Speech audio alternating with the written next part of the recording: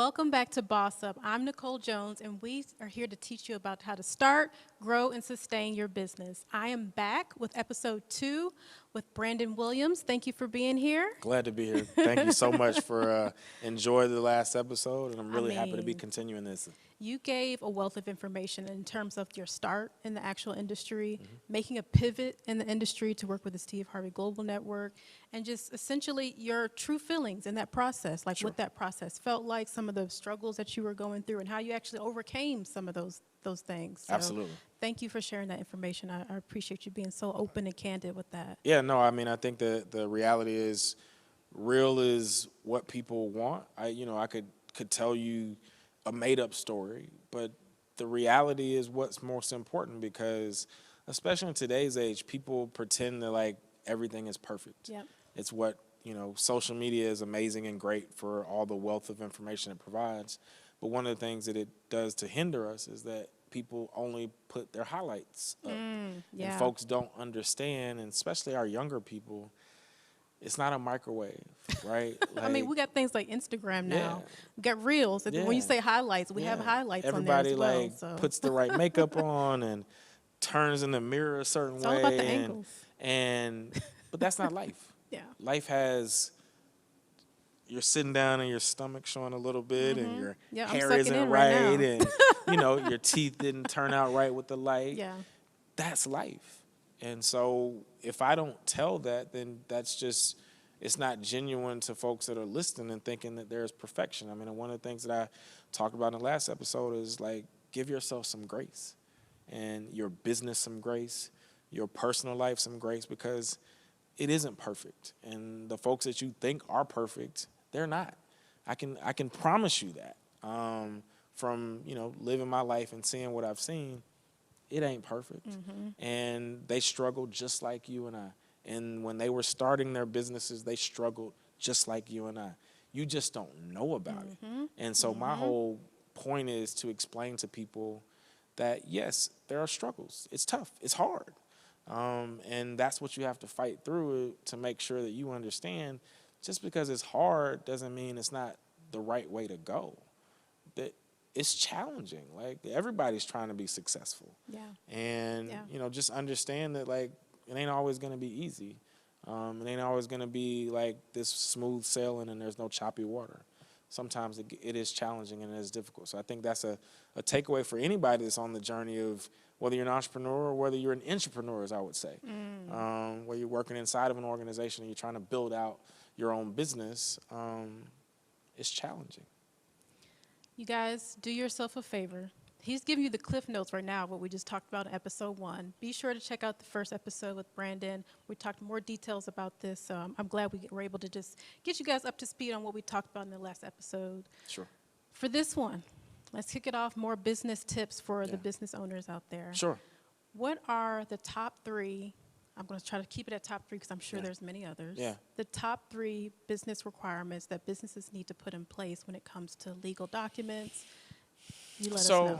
I think the first one that everyone has is you've got to decide what your business is. There are so many people that have ideas that might be a hobby. They might do it at night after their 9 to 5, which is all fine and dandy, but you've got to turn that thing into a real business. And the first way to do that is you've got to think, am I really trying to set this up so that it's a business that exists? Or is this just like something that I do for the fun of it, right? Like, do I just make chicken out of my house and I sell it to the neighbors, right? Or do I want to have a chicken business, right? Like, that I make chicken sandwiches that rival Chick-fil-A. Or a franchise. Or a franchise, right? So the first thing you have to decide is kind of that. The second thing you've got to do with your business is you have to register a company or a corporation, right?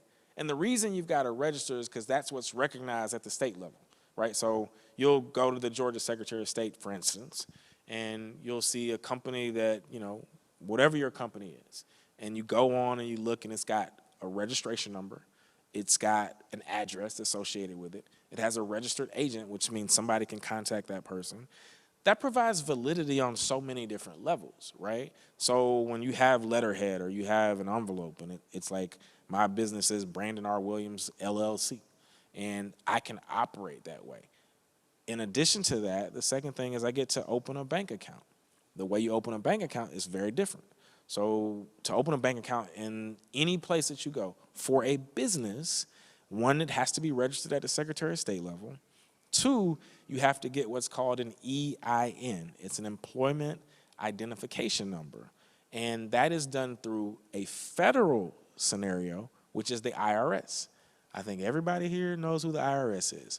And so what that is, it's almost it's basically your company's social security number, right? And so it's how you identify it. It's like when you go into the bank, they're going to say, okay, I need your registration papers, which is a certificate of organization, a certificate of incorporation, your bylaws, and then they're going to also ask you secondarily for your EIN. Well, again, validity. If you think you have a business, you got to have a bank account, right? Like, how are people going to pay you? How are people going to send you money? Okay, so people say, oh, I can get paid through PayPal. I can get paid through Cash App. Yeah. Well, they're getting ready to start regulating that too. So it's not going to be just as simple as like, oh, okay, well, I'll just do those, which when they start regulating them, they're going to tie them to something. Again, it's same how, you know, when you get your passport, it says, well, you got to put your social security number in there. That's your business's social security number. It's your EIN. That is how you operate. That is how you do anything. That is how you pay taxes. So again, you can't start a business if you don't plan to pay taxes. So that's the second thing. The third thing that I would say is, you know, and this one is a little bit of a nod to a professional. Hire professionals. Some people say, well, I don't have the money. There's some level of a lawyer that you know, an accountant that you know, and just talk to them about what you're trying to do. Again, I'm all about validity, right? Like, if you're serious about this thing, if you've taken the time to register and or seek out an EIN and or you should be talking to somebody that looks like me or sounds like me. You might not be able to afford just me, but there's all ranges of lawyers. There's all ranges of accountants. But again, the purpose of this is you want to do things right from the day one. Those are three things, and those are like basic things that, and when I say basic, not because they're like so simple and like everyone knows them, I say it because if you legitimately are trying to start a business, you need all three, right? Like, yeah, you can go and like, all right, well, I got, you know, I'm selling records out of my back of my trunk. I'm not saying it's not a business. Master P started a empire off of that. So you start where you start, but then you will get to a point. I got to have a company, right? Like, once you've sold all the, like, you know, cakes to the neighbors and you're trying to expand it, okay, well, how are you going to start something? If you try to go get a lease, you know what they're going to ask you for? Where's your certificate of organization? Where's your EIN? Who's signing the lease? Who's the guarantor? If you don't have those things, you can't go get no space, right? So when I say those are kind of the foundational points, you got to get there. But those are the things that when the world wants to know, are you a legitimate business, those are the important things that I think you have to start with. I think that's super helpful. I think a lot of people, you know, depending on where you are in your business, I think those are definitely the foundational pieces that you have to be able to start. You need those as validity to your business. Yes. You can't go any further if you're trying to be a serious business. Otherwise, you got a hobby. You got a hobby. Yeah. You can't put on your taxes. All that money was just out the window. Yep. And you can't get Absolutely. that back. Yeah. So appreciate you for sharing that because that's going to be super helpful for someone. And For sure. we rattle off a lot of acronyms, you know, a lot of different documents that needed to get done. But these are fairly simple documents that you can get literally online. Yeah. You don't have to go into the offices. You can actually do them online depending on what state you're in. And listen, I would say to everyone, again, not a knock against professionals, but the way that this has been democratized with like a LegalZoom, or LegalZoom essentially is like a law firm for, especially for things like this. I mean, you can get on LegalZoom right now, start a company, and they have people that will help you. Now, they're not going to provide you legal advice, but if you did a little bit of research and said, hey, I want to start a company in Virginia, they would help you start the company. You provide the name. It's like going online and applying for a bank application. It's almost that simple. So for people to say, I don't know how to do it, or there's so many resources now that didn't exist 20 years ago that allow you to have these things. Maybe you can't afford a me. You can go on LegalZoom. You can go on the Secretary of State and like, okay, well, how much does this cost? Most people now, they've got lawyers in their family. They got somebody connected to them. They've got an accountant somewhere. They can at least ask, how can I do this? How can I start this? I get calls all the time. And I'm not even charging people to ask me a question. I'm like, well, this is what you would do. Here's how you would do it. There you go. And I point them in the right direction. I'm not doing it because I need something from it. It's just I want to see people be successful. And if you're really trying to start a business and grow a business, those are some things that you just have to have. Yeah, for sure, for sure.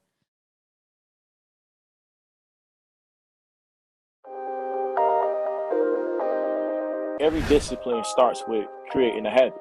Find a plan that works for you. I know you can put a reminder in your phone, call so-and-so in 30 days. You can't use the excuse that, I'm an introvert or I'm an extrovert. You know, stuff people like to say. Nah, if you're not outgoing, right, you better get going, because that's the only way networking works.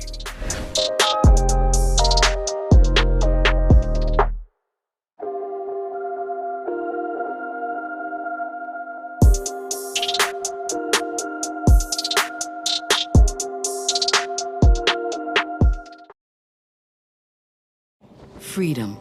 It's at the core of who we are. The freedom to live without fear, to jog where we please, to wear a hoodie. The freedom to breathe. Before we celebrate the freedom most Americans have, we must fight for the freedom all Americans deserve. Because all lives can't matter until Black lives matter.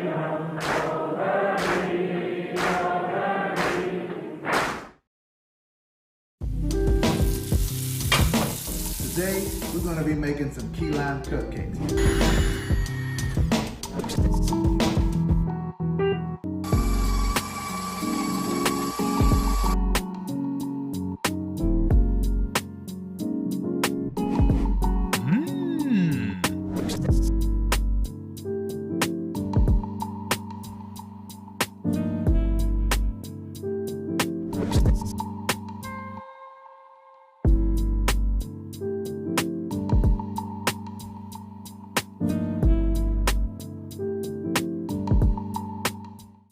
So we've gotten to the place where we started the foundational pieces. They're in place. We're solidified. Yeah. We're good now. Yeah. Now let's talk about the funding piece. Yep. You have worked with a lot of different companies. You've secured a lot of mergers and acquisitions. In the last episode, we talked about, I think it's over 100 billion plus that Yeah. you've worked on within any given company. Yep.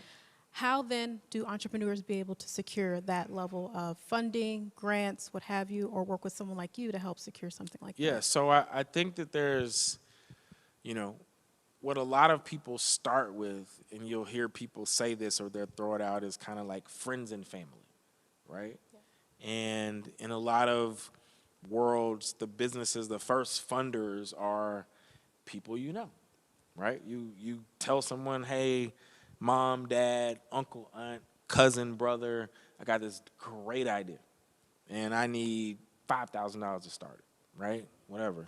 And the first set of money will come from that.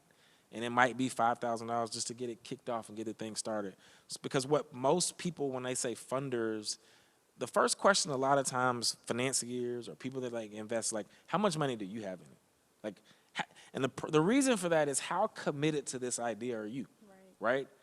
I know you're working at it, but do you have any money in it? Do you have, yes, you got some equity in terms of sweat equity. Hey, man, I poured all of my savings in this, $27,000. Yep. Okay, then that tells me you're super serious about it, right? And then you got to start growing with some revenue, right? You got to be making some sales or providing some services that people will pay for.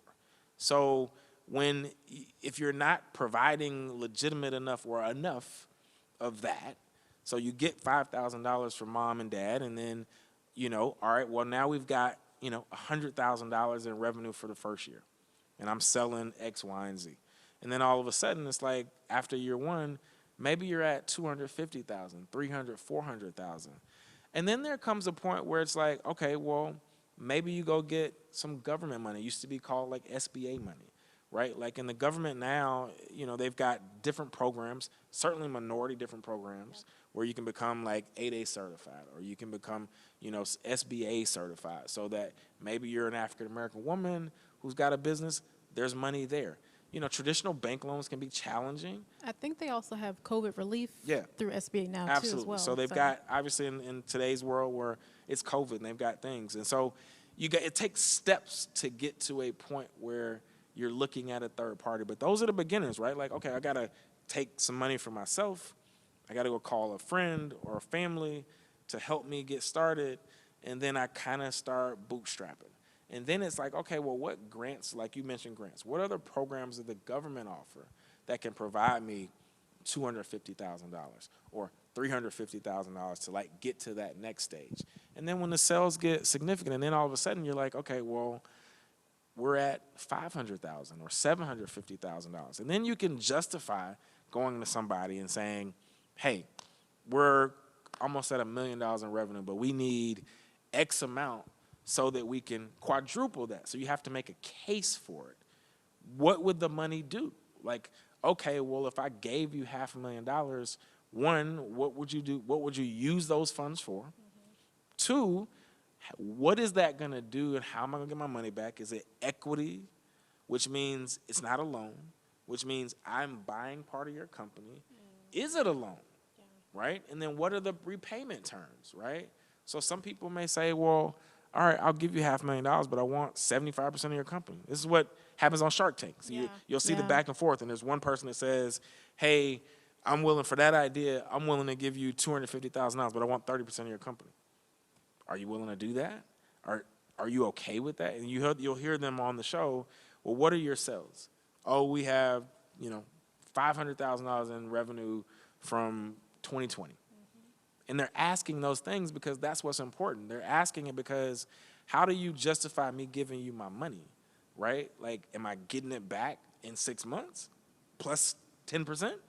Am I getting 30% of your company, so I'm taking a gamble that your idea is going to work?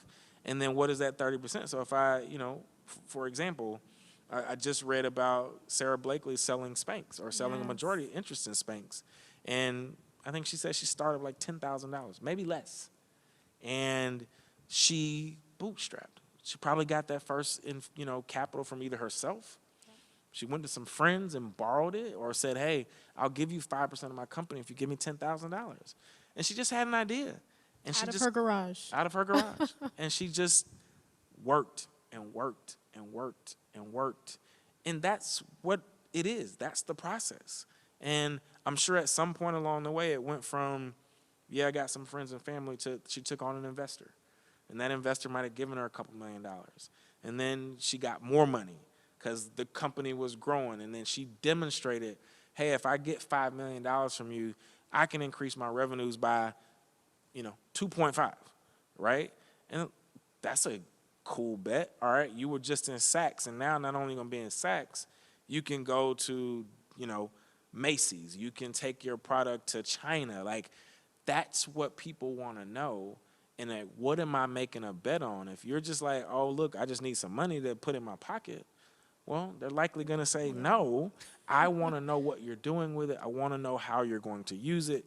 And what is this money going to do to help you grow? And how is your business going to scale? It can't just be one-sided vision where it's all within your friends and family network. Correct. It has to be able to scale as well. Absolutely. There's something that I read that you also not only do and help with negotiations with deals domestically, but internationally. Yeah. So that kind of speaks to what you were just alluding to with, making deals in China and so forth.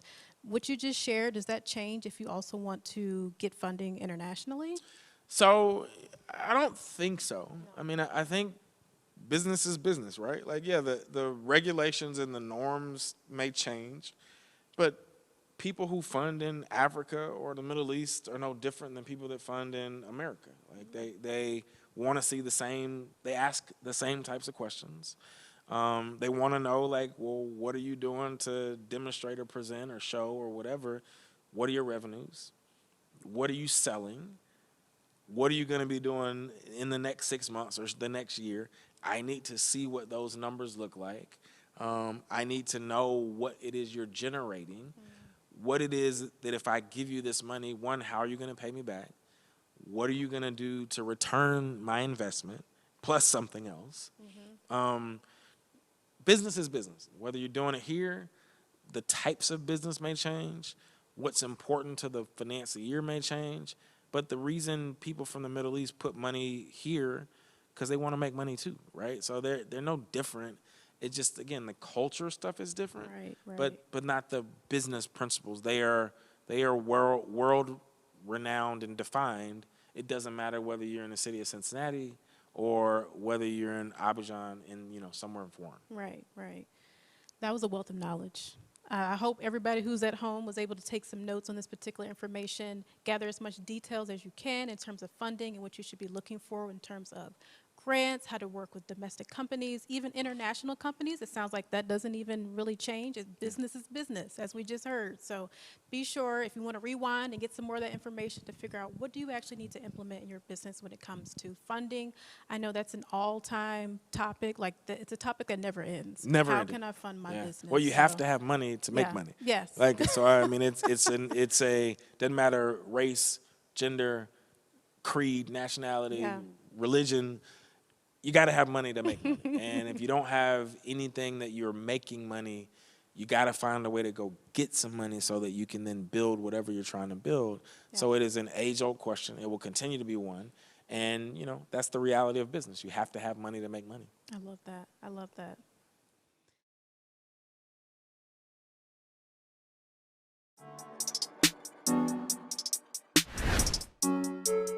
Why do you think these men don't want to get married? It really depends on an individual's why we're getting married. A lot of the things that make a man good are kind of intangible. And his credit score shouldn't be the metric for what makes him good.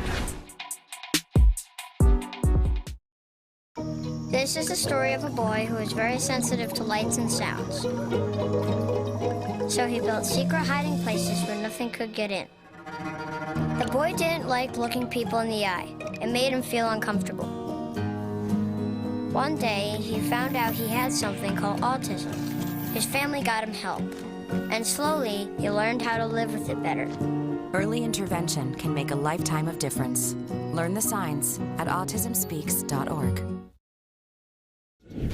Well, look, you might not be popular, but my favorite character is Celestial because One of the quotes that I wrote down in the book that kind of stood out to me was, "Love is the enemy of sound judgment." She seemed like a very needy woman. And I can't even respect Andre because how do you prey on your friend's wife while he's incarcerated? Like, I just can't get with that. And maybe I got too invested in the book, That good quote.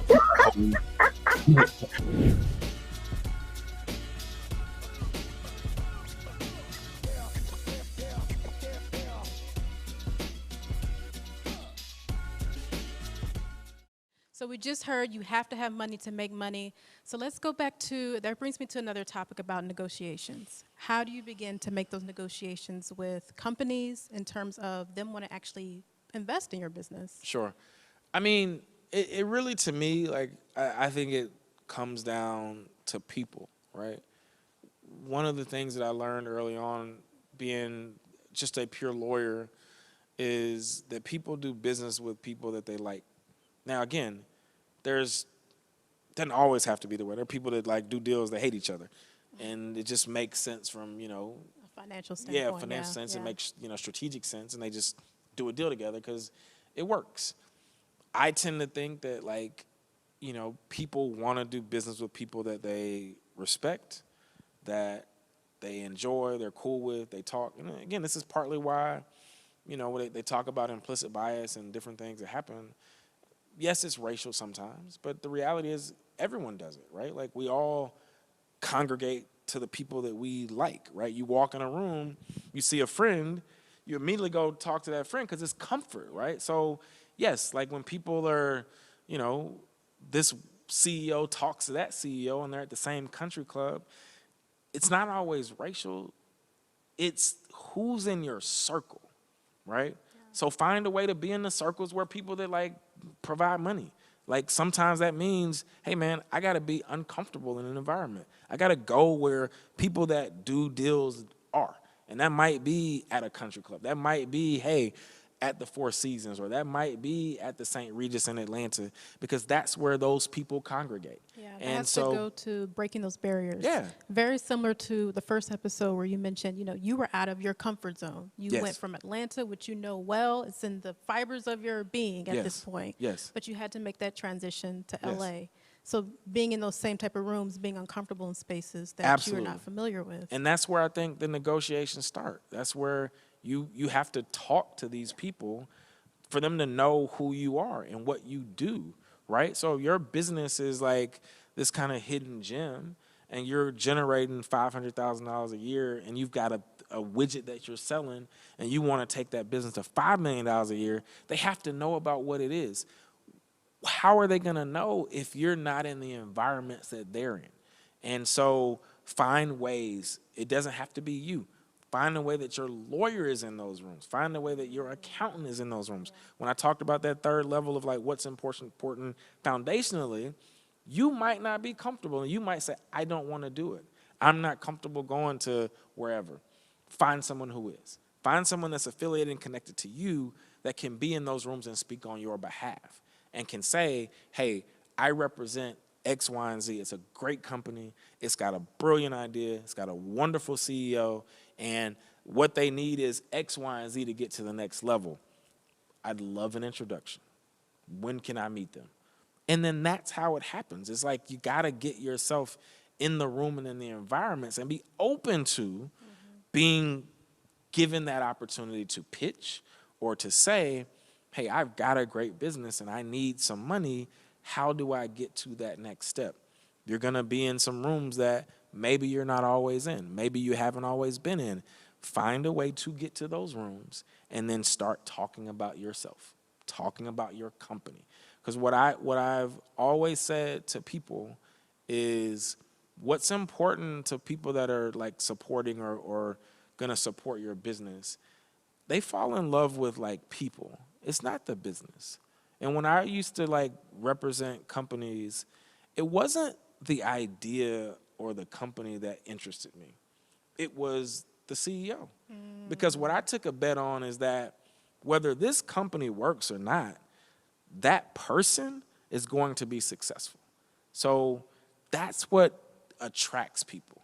Be energetic. Be like, be passionate about what it is you do. If you come into me and you talk about your company, you're kind of sulking and like, oh, I mean, I just got this little business. It's doing okay. This little business.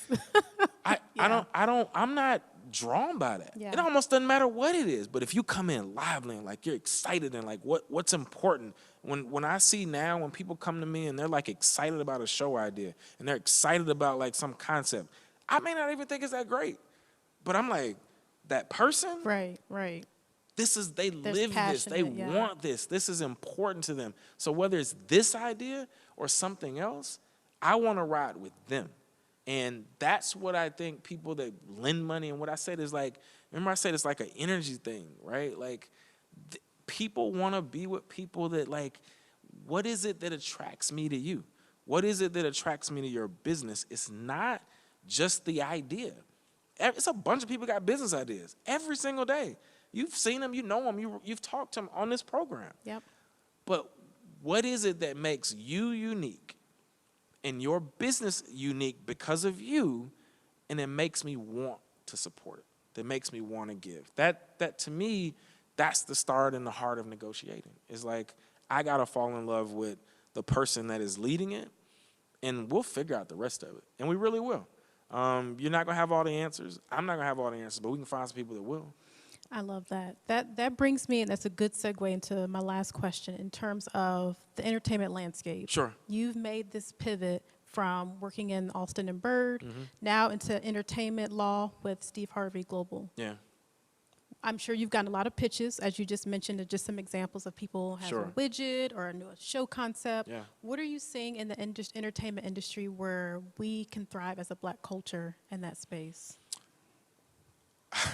I mean, and again, I don't think it's past, but certainly with like everything that happened in the pandemic and George Floyd and a variety of different things that happened kind of across the landscape of, you know, the world and certainly here, there's certainly been a moment of we have the ability to secure and to develop content. And I'm not saying that has changed. I think that what we have to do in the entertainment sector and what we really got to be cognizant of is bring great projects, right? Like at the end of the day, like I want to see me and I want to see us, right? And so there's a lot more opportunity. You have the Issa Raes and the Michael B. Jordans and all these people that are starting these production companies and they're being supported, right? Like you have The Shy with Lena Waithe and all the things that she's doing. So we're getting opportunities that maybe in the past we haven't had. And so, but at the end of the day, there's still great projects. Insecure is a great show. Doesn't matter if it was white people. It's just a great show. Like, yes, it's comfortable for us because it's rap and it's LA and but it's just a great show. It's like friendship, it's pain, it's like fighting, it's this. Michael B. Jordan does good movies. Like Mercy was a good movie, right? So it isn't just it being Black. It's, is it good, right? Like at the end of the day, that is what I think we have to focus on. You're not just getting your project done because it's a Black project. Is it good, right? Tell me a unique story. Tell me a dope story. I don't want to hear about, I mean, look, I love what 50 Cent's doing. I think it's amazing. But there's more to us than like drug dealers and like, there's more. Bring more. Like I'm fascinated by what he's done because it's huge in terms of the viewership, but we got more stories to tell. Let's tell some great stories. So what I would tell folks that look like us and like want to get into the business is like, go get great stuff. Tell me a great story that I haven't heard before. Give me something interesting. Doesn't have to be like so unique that we've never heard it, because there's very few things that are just like, I've never heard of this. But at the end of the day, bring me something good. That's what's gonna like get us to whatever level that we want in terms of the entertainment sector. I mean, we've got more exposure now than we've ever had as a Black people. Because of, again, the doors that have been opened by people, you know, and that's in every sector. That's not just the entertainment sector. It's law, it's medicine. It's just like we started from behind, and now we're starting to catch up. And people start to see. They see a Black Panther, and they realize, like, the impact and effect. But you know what? Like, the Black Panther was just a great movie. Yes, it was a Black movie, and we resonated, but white people resonated with it too. It's a great story. And so what my, you know, kind of final takeaway on that point is just like, make great stuff. Bring unique and interesting concepts. And I think doesn't matter the audience, right? Like that's what's going to sell. That's what's going to be viewed not just by us, but by other people. I can tell you if Insecure was only viewed by Black people, it wouldn't be on. Right? There are other people like it too, right? Like there are other people that watch it as well. And so while you know, we get the opportunity to expand and show people other things about the culture, I think just keep making good stuff. That's what I tell people is bring excellence to whatever sector that you're in, and you will survive and thrive. So that's what I would say in terms of what do I see in the entertainment sector, how will it grow, is doing great stuff and making great projects and bringing great concepts, and we will see more of us on those screens. Yes, I love that. That's beautiful and refreshing at the same time. There is more room for opportunity in the entertainment space. As you just heard, there's a wealth of opportunity. You can actually continue to build creative content, real content that actually speaks to each one of us. So I'm excited to hear that. I'm sure those who are watching who's in that entertainment space, that you're excited too, because you're like, yes, my idea, I can go on it, I can pounce on it, and I can actually live it and breathe it, and it can actually feed an audience. Absolutely. No, for sure. Brandon, thank you. No, thank you. I appreciate you being here. Absolutely. This is a wealth of information, so we appreciate your time and just giving all this information, candid information to our audience. It's my pleasure, and again, I always like being on panels like this, Nicole, and mostly because there are people that probably haven't heard from folks that look like you and I, or that come from the backgrounds that we come from. And I think, you know, for me, what I would say to folks that are listening, they're like, I don't know how to get, I'm not special, right? Like I literally grew up in this environment, and if you had told me when I was 5 years old that I'd be where I am, I would say, I don't know how. I don't know where. And it doesn't mean an age thing. It doesn't mean that you can't start now where you are to get to a certain thing or get to where a level that you feel like you should be at, whether that's entertainment or, you know, law or medicine. Like, age is just so, like, restrictive, but it doesn't have to be, right? Class doesn't have to be restrictive. All of it is on the table. If you dream it and can think it, it's in your heart, it's possible. And that's what people have to understand is, like, there are no special people. Yeah, there's some people that are talented. There's some people, you're not going to be 6'9" and 270 like LeBron James. That's just physical. That's just God-given. But you got other stuff that's your God-given ability.